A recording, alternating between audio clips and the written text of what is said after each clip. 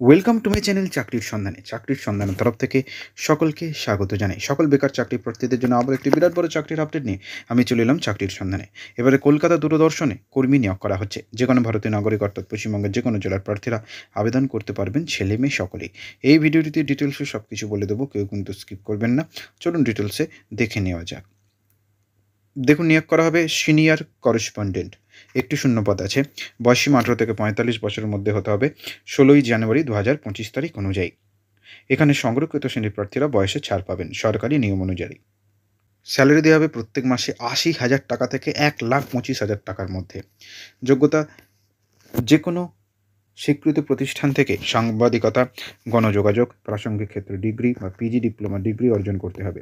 এছাড়া আবেদনকারীদের হিন্দি এবং ইংরেজিতে আঞ্চলিক ভাষার জ্ঞান এবং 5 বছর কাজের অভিজ্ঞতা থাকলে আবেদন করতে পারবেন। এই বিজ্ঞপ্তি কোথা থেকে প্রকাশ করা হয়েছে? prosarbharati.gov.in এই পোর্টাল থেকে। তবু বলবো নিজের দায়িত্বে যাচাই করে তারপর আবেদন করবেন। আবেদনের জন্য প্রয়োজনীয় ডকুমেন্টস কী লাগছে? জন্ম তারিখের প্রমাণপত্র, আইডি প্রুফ, শিক্ষাগত শংসাপত্র হিসেবে মার্কশিট বা সার্টিফিকেট, অভিজ্ঞতা শংসাপত্র, পাসপোর্ট সাইজের ছবি। নিয়োগ কীভাবে করা হবে? প্রার্থীদের পরীক্ষা এবং সাক্ষাৎকারের মাধ্যমে আবেদন করতে হবে। অনলাইনের মাধ্যমে সর্বপ্রথম সংস্থার অফিসিয়াল ওয়েবসাইটে গিয়ে রেজিস্ট্রেশন করতে হবে। এরপর সম্পূর্ণ নির্ভুলভাবে ফর্ম ফিল আপ করতে হবে।